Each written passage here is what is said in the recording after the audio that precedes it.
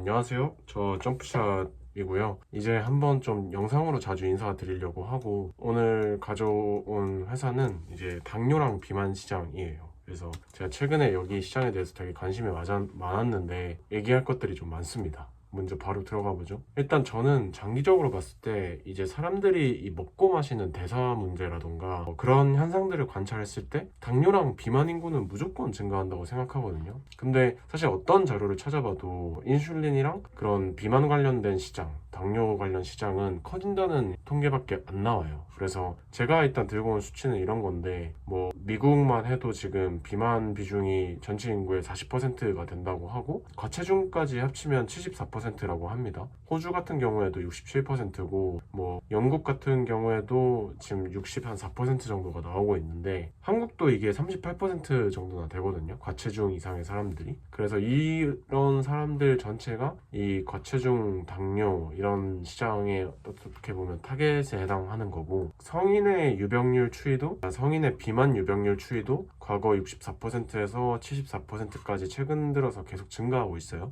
그거는 이제 고도비만도 마찬가지인 거고, 그러면 앞으로 이런 비만 환자, 당뇨 환자들이 더 많아질 것이라는데 저는 베팅을 하고 있는 거죠. 그래서 그 관련된 회사 중에 이 노보노디스크라는 회사가 있는데, 이 회사가 재밌는 게 주가가 진짜 많이 빠졌어요. 그래서 주가가 왜 빠졌냐는 일단 뒤에서 말씀드릴 예정이고, 지금 제가 이 기업에 대해서 좀 얘기를 해보고 싶었던 거는, 일단 이게 되게 좋은 회사인데 많이 지금 주가가 빠져 있거든요. 그래서 바로 멀티플부터 보시면 이게 PER의 추이인데, 이게 1995년부터 멀티플이 20배 아래로 가면 좀 싼 걸로 분류가 됐었거든요. 그래서 20배 아래로 머무르는 기간 자체가 그렇게 이 회사는 많지가 않았었는데, 통상 이렇게 20, 30배 사이에서 왔다 갔다 했었어요. 근데 지금 올해 실적 기준으로, 그 다음에 지금 시가총액 350빌리언 달러 기준으로 한 20배 아래 들어가는 한 17배로 들어가게 되는 거고, 지금 여기 그래프에 나온 수치는 미래 수치를 아직 반영하지 않은 수치입니다. 그래서 앞으로는 여기보다 좀 떨어져서 이 싼 구간에 위치한다는 게 지금 현 주소이고요. 근데 싸다고 좋아했던 건 아니에요. 왜냐면 이익률을 봐야 되는데, 지금 영업이익률이 이 회사가 최근 들어 거의 한 7, 8년 동안 40% 이상씩 나왔고, 최근에는 45%가 영업이익률이었어요. 그러니까 상당히 높고, 순이익률도 봐도 34%, 6% 이렇게 나오니까 번 돈의 3분의 1은 그냥 남겨버리는 거예요, 이 비즈니스가. 그래서 그만큼 되게 매력적인 비즈니스라고 봐야 되고, 이거를 이제 다른 기업들이랑 좀 비교를 해봐도, 저는 이제 어떤 비즈니스가 얼마나 양질의 비즈니스냐를 판단할 때 그 잉여 현금 흐름이라고 하죠. 현금 흐름에서 그 사업 으로 필요한 재투자를 뺐을 때 남은 돈이 이제 잉여 현금 흐름인데, 그 잉여 현금 흐름이 매출액 대비 얼마 정도냐를 좀 보거든요. 근데 그 비율이 비자가 진짜 엄청 쩔고, 비자가 한 60%가 나와요. 진짜 이거는 우주 최강급 비즈니스라고 봐야 되고, 반면에 이제 TSMC나 구글 같은 아주 강력한 사업자들도 20%대 구간이 나온단 말이죠. 근데 노보가 얼마냐? 노보가 34%입니다. 36%가 나올 때도 있었고요, 여러분. 그래서 노보가 가지는 이 수익 창출력이 솔직히 엄청 뛰어나다는 생각을 갖고 있고, 거의 이 정도면 다 독과점 비즈니스라고 봐야 될 것 같습니다. 그리고 회사가 가진 현금을 어떻게 쓰냐 관점에서 봐도, 회사가 최근에는 한 16빌리언 달러, 그러니까 20조가 넘는 돈이죠. 이거를 이제 4빌리언은 자사주를 소각하는 데 썼고, 4빌리언은 그 유형자산 취득, 그러니까 재투자에 썼던 거고, 마지막 그 한 5빌리언 정도는 배당주 지급에 썼었어요. 그래서 회사가 되게 주주 환원을 정말 잘하고 있다고 봐야 되고, 비율로 봤을 때는 한 그 70에서 80%는 주주 환원에 쓰고 있고, 한 20에서 30%는 재투자에 쓰고 있다고 보시면 됩니다. 그러니까 사실 순이익으로 이걸 많이 남기지가 않아요. 그러니까 보통의 기업이라면 그런 주주 환원과 재투자를 하고 남는 돈은 이제 기업의 잉여 현금 형태로 저축을 해두게 되는데, 마치 저희가 은행에 돈을 넣는 것처럼. 근데 지금 2006년부터 2023년까지 순이익 합계액을 봤을 때 누적된 금액이, 그 자본금이 한 10빌리언 달러 증가했거든요. 근데 그동안 벌어들인 순이익 합계가 한 90빌리언 달러 정도 돼요. 그러니까 이제 이 회사는 쉽게 말해서 벌어들인 돈을 저축하지 않고 다 주주 환원을 하거나 재투자를 했다라는 것이죠. 그렇기 때문에 당연히 ROE가 높을 수밖에 없고, 장기적으로 봤을 때도 ROE가 여기서 나오는 것처럼 우상향을 하고 있습니다. 지금 한 70에서 80%로 움직이고 있네요. 자, 그럼 이제 숫자가 좋은 거는 알겠는데 본업적으로도 이 회사가 얼마나 뛰어난지를 한번 살펴봐야 될 거거든요. 여러 가지 관점이 있어요. 그리고 저는 이 기업을 사실 이번 영상에서만 다루고 끝내고 싶진 않고, 이 기업은 사실 상당히 좀 좋은 회사라서 장기적으로 좀 내용들을 팔로우업 해드리고 싶은데, 그러려면 일단 이 회사가 뭘 하는지 알아야 되고, 이 회사는 이제 당뇨병 치료를 하는 회사라 인슐린이 어떻게 개발되었는지를 아셔야 됩니다. 인슐린은 여러 역사를 통해서 만들어졌는데, 일단 첫 번째 단계가 이 동물형 인슐린이라고 해서 1920년도에 만들어진 방식이에요. 이게 인슐린에 대한 저항성 때문에 당뇨, 특히 이형당뇨가 생기는 거잖아요. 근데 그 인슐린을 처음에는 만드는 방법을 몰랐어요, 인류가. 그러다가 1920년도에 인슐린이라는 게 당뇨를 좀 치료하는 호르몬이 될 수 있다는 관점이 나오기 시작했었고, 그리고 이때 실험을 통해서 동물한테서 인슐린을 뽑아보자 라는 실험이 성공을 하게 되면서 당뇨 생태계에 아주 큰 영향력을 주게 됐습니다. 그래서 처음에는 이제 사람한테 동물의 인슐린을 그대로 주입을 했었어요. 그러면 혈당이 되게 수치가 높아졌다가 동물이 가지고 있는 인슐린을 주입을 하니까 혈당 수치가 내려갔겠죠. 그래서 그런 식으로 일단 먼저 주입을 했었고, 두 번째 단계가 이제 사람형 인슐린인데, 이때는 사람의 인슐린을 인위적으로 개발을 해서 그거를 사람 몸에 집어넣었던 거예요. 그러니까 아까 말씀드렸던 동물형 인슐린은 가장 단점이 몸에 넣었을 때 면역 반응이 생긴다는 거였거든요. 그래서 이게 아무래도 동물이 쓰는 인슐린이다 보니까 그게 사람 몸에 들어가게 되면 뭔가 부작용들이 많이 생겼었고, 때마침 과학기술들이 여러 가지 경로를 통해서 발전을 하게 되면서 이거를 이제 사람이 만드는 인슐린을 여러 가지 방식으로 복제를 해서 그 복제한 사람 인슐린을 사람한테 넣어버리자 라고 접근법이 개발이 된 거예요. 왜냐하면 당뇨 환자들은 인슐린을 스스로 만드는 능력이 아예 없거나, 1형 당뇨 같은 경우에는, 2형 당뇨 같은 경우에는 그 세포가 인슐린에 대한 저항성이 이미 생겨버린 상태라 몸에서 스스로 만드는 인슐린은 반응력이 되게 낮아진 거죠. 그래서 외부에 이제 인슐린을 넣어주는 건데, 그거를 이제 동물이 가진 인슐린을 쓰다가 이제 이거를 사람이 만드는 인슐린으로 넘어가게 된 거죠. 그래서 두 번째 단계가 이 사람형 인슐린이 만들어졌던 단계였습니다.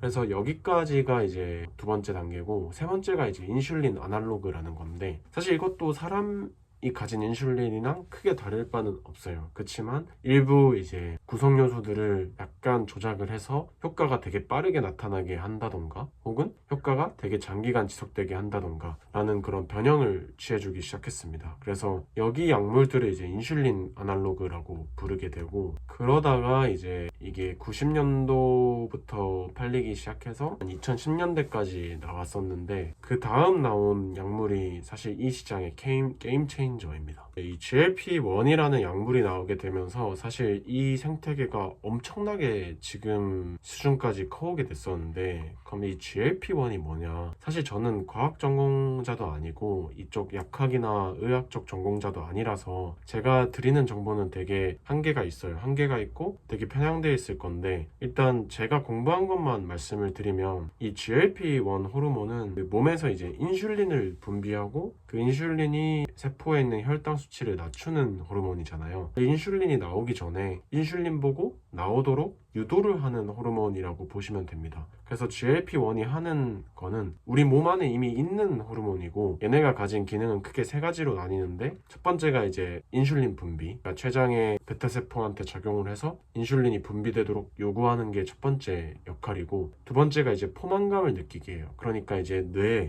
쪽으로 가서 시상하부나 뇌관 등에 작동을 해서 포만감을 느끼도록 하는 게 두 번째 기능이고, 세 번째 기능이 음식물이 천천히 내려오도록 요구를 합니다. 그래서 윗속에 여러 가지 음식물들이 있을 텐데 그게 장으로는 천천히 내려가도록 유도를 합니다. 그래서 이게 췌장에도 영향을 주고 뇌에도 영향을 주고 심지어 위랑 장에도 영향을 주는 되게 복합적인 수용체를 가진 호르몬이에요. 네, 그래서 GLP-1은 사실 우리 몸에 있는 호르몬이고, 특히 이 회장, 그러니까 소장 중에서도 밑부분이죠. 그거랑 대장, 이 영역에서 거기에 있는 L세포라는 곳에서 분비가 된다고 합니다. 그래서 사실 우리 몸에 원래 있던 호르몬이었는데, 이거는 되게 분해가 쉬운 호르몬이었어서 이거를 이제 제약회사들이 일부 구성 요소들을 조금 변경을 가해서 분해가 어렵게 만든 겁니다. 그래서 그게 이제 GLP-1 자룡제라는 이름으로 시중에 판매가 된 거고, 노보노디스크랑 일라이릴리라는 두 개의 제약회사가 사실 메인으로 만들고 있어요. 그래서 가장 먼저 만들어진 약물이 이 빅토자라는 2009년도에 만들어졌던 이 당뇨형 약물이고, 이게 이제 시중으로 가장 제대로 판매된 GLP-1 작용제인 거죠. 그리고 이제 이게 당뇨로만 쓰였는데 같은 이 성분을 보니까 살이 빠지는 효과가 나온 거예요. 아까 말씀드렸다시피 이게 위로는 음식물이 천천히 내려가도록 요구를 하고, 머리로는, 뇌로는 이제 좀 포만감이 되도록 느끼도록 요구를 하게 되니까 이게 비만이나 이런 체중 관리에도 효과가 있다는 게 연구가 나왔었고, 적응증을 그래서 2형 당뇨에서 비만으로 확장을 시킨 거죠. 그래서 같은 성분인데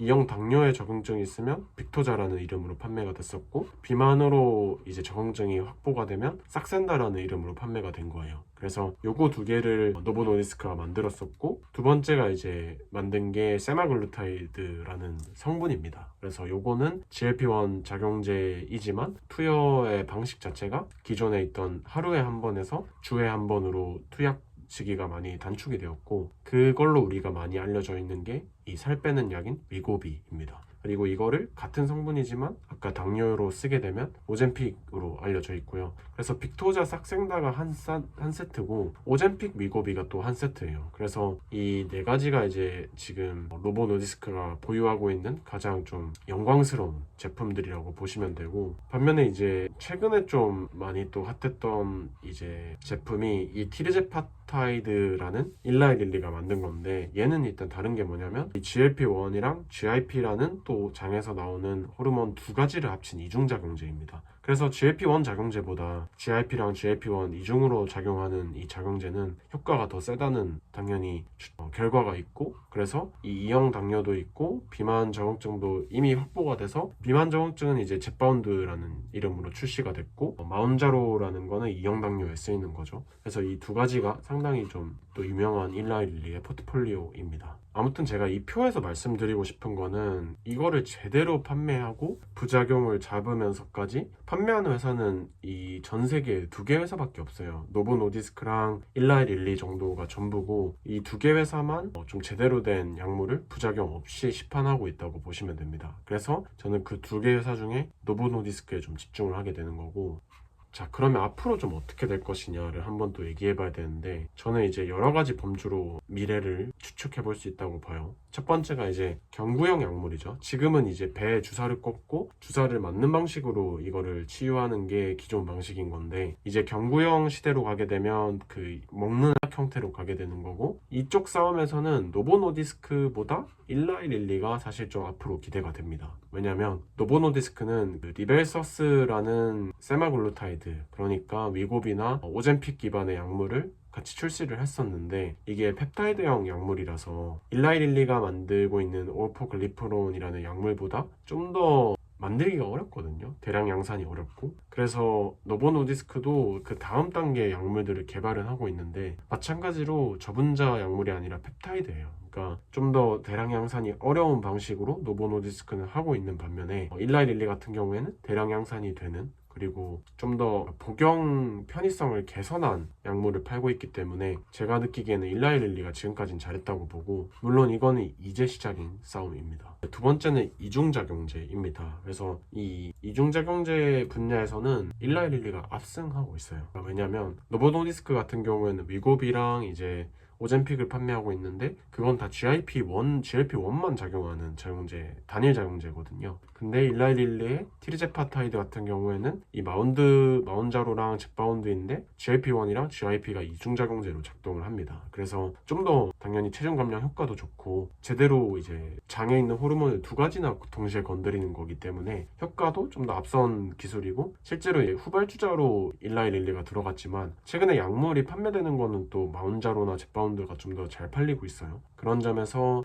이제 일라이 릴리가 정말 잘하고 있다고 생각을 하고, 사실 3중작용제에 있어서도 현재는 지금 개발 중인 임상 단계에 있는 약물은 일라이 릴리의 리타트루타이드가 유일합니다. 그래서 일라이 릴리가 이것도 잘하고 있어요. 근데도 제가 왜 이 약물에 대해서 좋게 보고 특히 노보 노디스크의 관점에서 이거를 시장을 좋게 보고 있냐를 보면 여러 가지 이유들이 있는데, 첫 번째가 이 적응증이 확대된다는 거예요. 그러니까 처음에 당뇨약으로 시작을 했는데 이게 비만에 대한 적응증이 있다는 것도 확실해졌었고, 최근에는 이제 심혈관 질환이나 지방간염 또 알츠하이머까지에도 개선 사항이 있다는 게 포착이 되고 있거든요. 그래서 그만큼 GLP-1을 어떻게 보면 마법의 약물이라고 부르기도 하고, 실제로 심혈관 질환 같은 경우에는 적응증이 이미 확보가 돼서 FDA한테 승인을 받은 겁니다. 그래서 이게 되게 어떻게 보면 인간의 대사 문제랑 관련된 전체적인 성인병에 관여한다는 게 밝혀지고 있는 거고, 그래서 GLP-1이라는 게 생각보다 쓰임새가 더 많아지고 있습니다. 그런데 이 GLP-1을 만드는 회사는 전 세계에 노보 노디스크랑 일라이릴리라는 회사 두 개 회사밖에 없는 거죠. 그러니까 그런 점에서 보면 지금은 이제 노보 노디스크랑 일라이릴리가 다투고는 있지만, 저는 장기적으로 보면 노보 노디스크든 일라이릴리든 GLP-1 혹은 이중작용제, 삼중작용제 혹은 경구형 작용제를 제대로 만드는 회사는 이 두 개밖에 없을 거다라고 베팅을 하고 있는 거예요. 물론 후발주자들이 생각보다 되게 많고, 그리고 뭐 빅파마나 국내 작은 기업들도 그런 시도를 많이 하려고는 한다는 걸 알고 있는데, 사실 사람 입장, 우리가 환자가 만약에 된다고 생각했을 때도 당뇨나 이런 것들이 걸리게 되면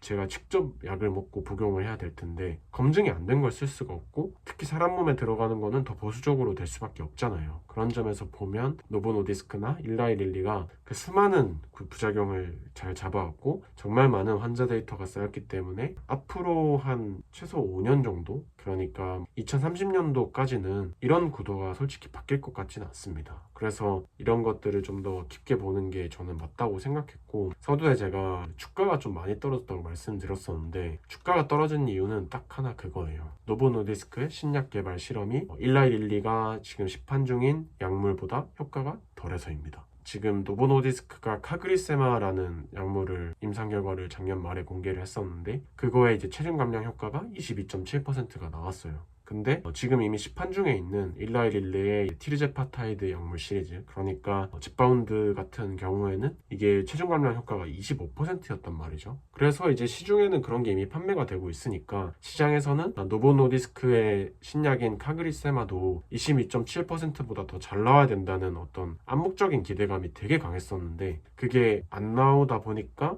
25%보다 미달하다 보니까 주가가 좀 크게 폭락을 하게 된 거죠. 근데 저는 이제 이걸 두고 해석하는 게 투자자들마다 다르겠지만, 저는 이거를 이 회사의 근본적인 개발 능력이나 이런 것들은 변함이 없다고 보는 겁니다. 그리고 이거는 이제 장기적으로 봤을 때 이 약물을 만드는 회사는 이 두 가지밖에 없고, 그리고 체중 감량 효과가 22.7이든 25든 얘네 둘이 싸우는 영역이에요. 그래서 실제로 노보 노디스크가 만들고 있는 약물 중에 아미크레틴이라는 또 약물은 복용 기간이 짧은 것 대비해서 체중 감량 효과가 좋다고 해서 주가가 여기서 조금 더 반등하기도 했었거든요. 아직 1상, 2상 이렇게 논의되고 있지만, 그런 점에서 봤을 때 저는 이 구도가 안 깨진다에 베팅하는 게 좀 더 합리적이라고 보고 있습니다. 이상 기업 소개를 마치겠습니다. 이거는 투자 매수 권고, 강요, 추천 이런 게 아니라 여러분의 투자 생활에서 제 의견은 이렇다 정도를 참고로만 해주시길 바랍니다. 감사합니다.